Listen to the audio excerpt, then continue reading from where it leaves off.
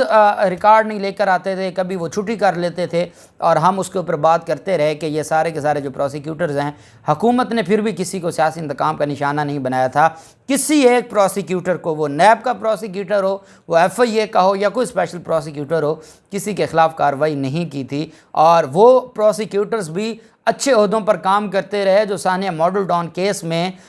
جب شریف خاندان کا دور تھا 2014-15 میں ثانیہ ماڈل ٹاؤن کا کیس ہوتا تھا، اور وہ پروسیکیوٹرز وہاں پر شریف خاندان کے وکیل بن کے مدعیوں کے ساتھ اور مظلوموں کے ساتھ ایسے ٹریٹ کرتے تھے کہ ان کو عدالت میں کھڑا نہیں ہونے دیتے تھے، ان پروسیکیوٹرز کے خلاف بھی کارروائی نہ کی گئی اور کسی کو عہدے سے نہ ہٹایا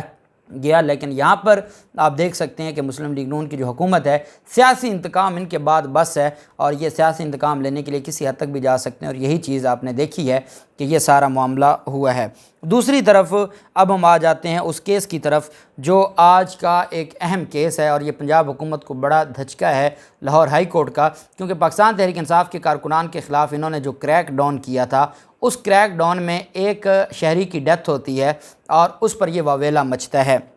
ہوتا کچھ اس طرح سے ہے کہ سید ساجد بخاری وہ میجر ریٹائرڈ ہیں، ان کے گھر پر دھاوا بولا جاتا ہے ماڈل ٹاؤن لاہور میں، اور رات کا 1:40 ہے، اور وہاں پر پولیس گاڑی جاتی ہے، پولیس گاڑی میں ایک کانسٹیبل کو، باقی وہاں پولیس والے نظر نہیں آتے، ایک کانسٹیبل کو وہاں پر دیوار پر چڑھایا جاتا ہے، اور اتنے میں پھر فائرنگ ہوتی ہے، اور فائرنگ سے اس کا افسوسناک واقعہ ہوتا ہے، اور اس کانسٹیبل کا، وہ ملازم بیچارہ جس کو جو پابند ہیں احکامات کے، غیر قانونی احکامات کے، نہیں کریں گے، ان کو پتہ ہے کہ ان کو نوکری سے ہٹا دیا جائے گا، اتنا تو اب نہ ایمان میں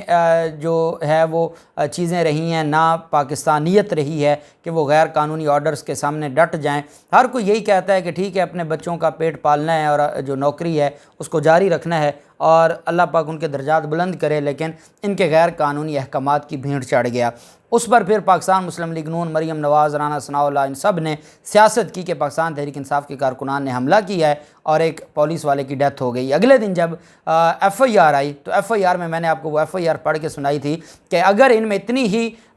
جرت تھی تو یہ پھر لکھتے کہ ہم سیاسی جو پکڑ دھکڑ تھی اس سلسلہ میں گئے تھے اور ہمارے اوپر حملہ ہوا، انہوں نے اس کو رنگ دے دیا، اور وہ رنگ یہ تھا کہ آپ رینٹ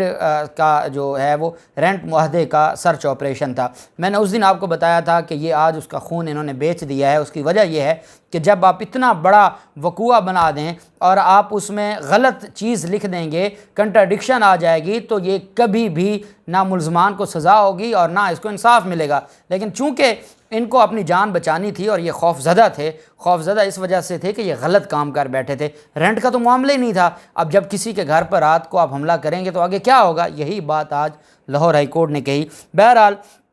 ان کی جو درخواست ضمانت تھی کہ یہ 11 جون کو منظور ہو گئی، جو ملزم سید ساجد بخاری تھے ان کی درخواست ضمانت، امبر گل صاحبہ ہیں، امبر گل خان صاحبہ، یہ انسداد دہشت گردی عدالت کے جج ہیں، انہوں نے اس میں جو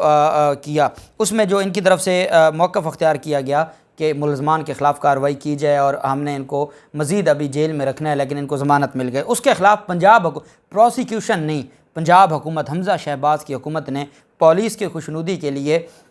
اپیل دائر کر دی، cancellation of bail. Lahore high court کا 2 رکنی بینچ تھا، اس نے سماعت کی، وہاں پر پروسیکیوشن نے موقف اختیار کیا کہ جناب یہ جو ملزمان ہیں، جو ساجد بخاری ہے میجر ریٹائرڈ، یہ مرکزی ملزم ہے، اور کہا گیا کہ ملزم سے تفتیش اور برآمدگی مکمل ہے، ملزم سے اعلی قتل سمیت دیگر تفتیش کی گئی ہے، عدالت اس ملزم کے خلاف، اس ملزم نے زیادتی کی ہے اور قتل کیا ہے۔ عدالت نے سوال کیا کہ اچھا یہ بتائیں کہ یہ وقوعہ کس وقت کا ہے؟ آپ جانتے ہیں کہ جب بھی ضمانت یا کینسلیشن آف بیل ہو تو عدالت ایک ایک فیکٹ لکھتی ہے اپنے فیصلے کے لیے۔ عدالت نے کہا جی وقوعہ کتنے بجے کا ہے؟ انہوں نے کہا جی رات 1:40 کا۔ عدالت نے کہا مقصد کیا تھا،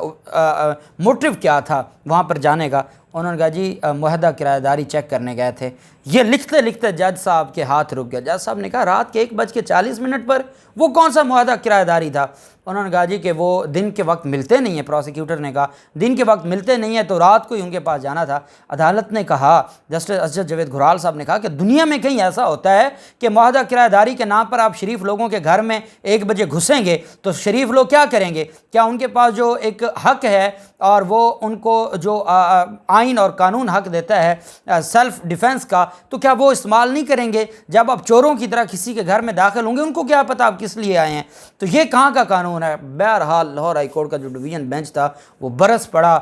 پروسیکیوٹر پر اور کہا کہ آپ نے اتنا بڑا بلنڈر کیسے کر دیا۔ جو وکیل تھے انہوں نے کہا جناب یہ کوئی کرایہ داری معاہدے کے لیے نہیں آئے تھے۔ جو دوسری طرف ساجد بخاری کے وکیل تھے انہوں نے کہا جی اس کا قصور یہ ہے کہ یہ پاکستان تحریک انصاف کا کارکن ہے، پاکستان تحریک انصاف کے لانگ مارچ کو سبوتاژ کرنے کے لیے ان کو ایک لاش چاہیے تھی، یہ خود ہی انہوں نے یہ لاش گرائی ہے اور یہ وقوعہ جو ہے وہ ان کے کھاتے ڈال دیا ہے ساجد بخاری اور اس کے بیٹے کے خلاف۔ ساتھ وکیل ساجد بخاری نے کہا جناب پوری فوٹیجز دیکھ لیں، سوائے ایک پولیس والے کے وہاں کوئی اور نہیں تھا، اکیلا پولیس والا وہاں پر آیا تھا اور وہ کرایہ داری کا وہ چیک کرنے کے لیے دیوار پھلانگ رہا تھا۔ عدالت نے کہا کہ یہ آپ نے اتنا بڑا بلنڈر کیا ہے، آئین اور قانون کسی کو اجازت نہیں دیتا چادر اور چار دیواری کا تقدس پامال کرنے کی۔ عدالت نے کہا اس کے خلاف تو کیس ہی نہیں بنتا، یہ تو ان کو تو کلین چیٹ مل گئی ہے اس وجہ سے کہ آپ جب کوئی غیر قانونی کام کے لیے جائیں گے، کوئی غیر قانونی کام کریں گے تو اس میں آپ کہیں جی کہ ہمارے ساتھ ظلم ہو گیا، تو آپ اس کیس کو آپ برقرار نہیں رکھ سکتے۔ عدالت نے